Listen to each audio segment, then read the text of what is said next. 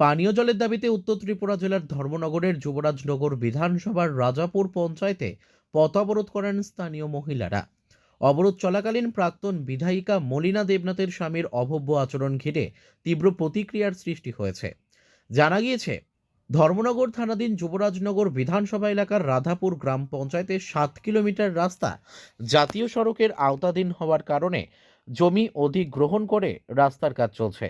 এই রাস্তার কাজ করতে গিয়ে গ্রামে যে জলের পাইপলাইন ছিল তা বহু জায়গায় ফেটে গিয়ে প্রায় 15 দিন যাবৎ পানীয় জল সরবরাহ বন্ধ হয়ে গেছে। গ্রামবাসীদের জলের অভাব পূরণ করতে প্রতিদিন DWS দপ্তর থেকে গ্রামে জলের বন্দোবস্ত করা হয়। 200 থেকে 250টি পরিবার রয়েছে এই গ্রামে। প্রতি পরিবার সর্বোচ্চ 100 লিটার জল পেয়ে থাকে, কিন্তু শেষ 3 দিন যাবৎ এই জলটুকু সঠিকভাবে জোটে না। তাই গ্রামবাসীদের মধ্যে ক্ষোভের সৃষ্টি হয়েছে। মঙ্গলবার সকালে গ্রামবাসীরা জলের দাবিতে রাস্তা অবরোধ করে।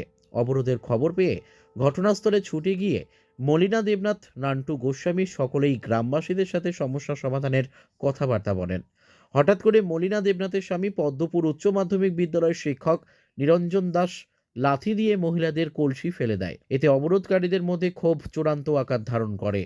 তারা এই ঘটনাকে কোনোভাবেই মেনে নিতে পারেনি। এলাকার এই ঘটনার পর উত্তপ্ত হয়ে ওঠে। দিদি আইসে আয়া সবের লগে কথাবার্তা কইতাছে, সুন্দর সব মিউচলে আছে, কিন্তু হঠাৎ কইরা ফিনু এদিকে বাস তুললো আর মলিনাদির জামাই আমার বরাবর সামনে দাঁড়ানো আসলো। একটা পুরুষ মানুষ আসলো, ওই পুরুষ মানুষটা আমি কিন্তু ইকুনাথ মলিনা এখানে সবের লগে কথা আমি সাংবাদিকের কথা বলছি 1 ঘন্টা বইয়ে কথা বলবো। তখন তাই আমার সামনে কলসি বালতি আরো কলসি আসলো, তাই লাত্তি মেয়েরা কইতাছে এই তুল তুল তুল। তখন আমি কইছি আপনি একটা স্কুল মাস্টার এইরকম খারাপ ব্যবহারটা করলে শুনো না, দাঁড়ান না, এটা শেষ হোক না, অন্য কোনো কথা কইতে পারবেন আপনি, একজন শিক্ষিত মানুষ এরকম করেন। তারপরে তাই আস্তে আস্তে গেল, ফট করে এখানে পুরা একটা উড়ুস তুলে গেল। কারণ হয়েছে কলসিটা ব্যবহার করি আমরা, লক্ষ্মীর গড় বইলেও ব্যবহার করি আমরা নারীরা। আজকে কলসিটা লাত্তি দেওয়া না মহিলারা লাত্তি দেওয়া, আপনারা এটা আমরা বিচার করে দিয়ে মানে মাঝখানে আমার হাজবেন্ডকে নিয়ে উল্টাপাল্টা কথা এখানে বলা হচ্ছে, সেই জন্য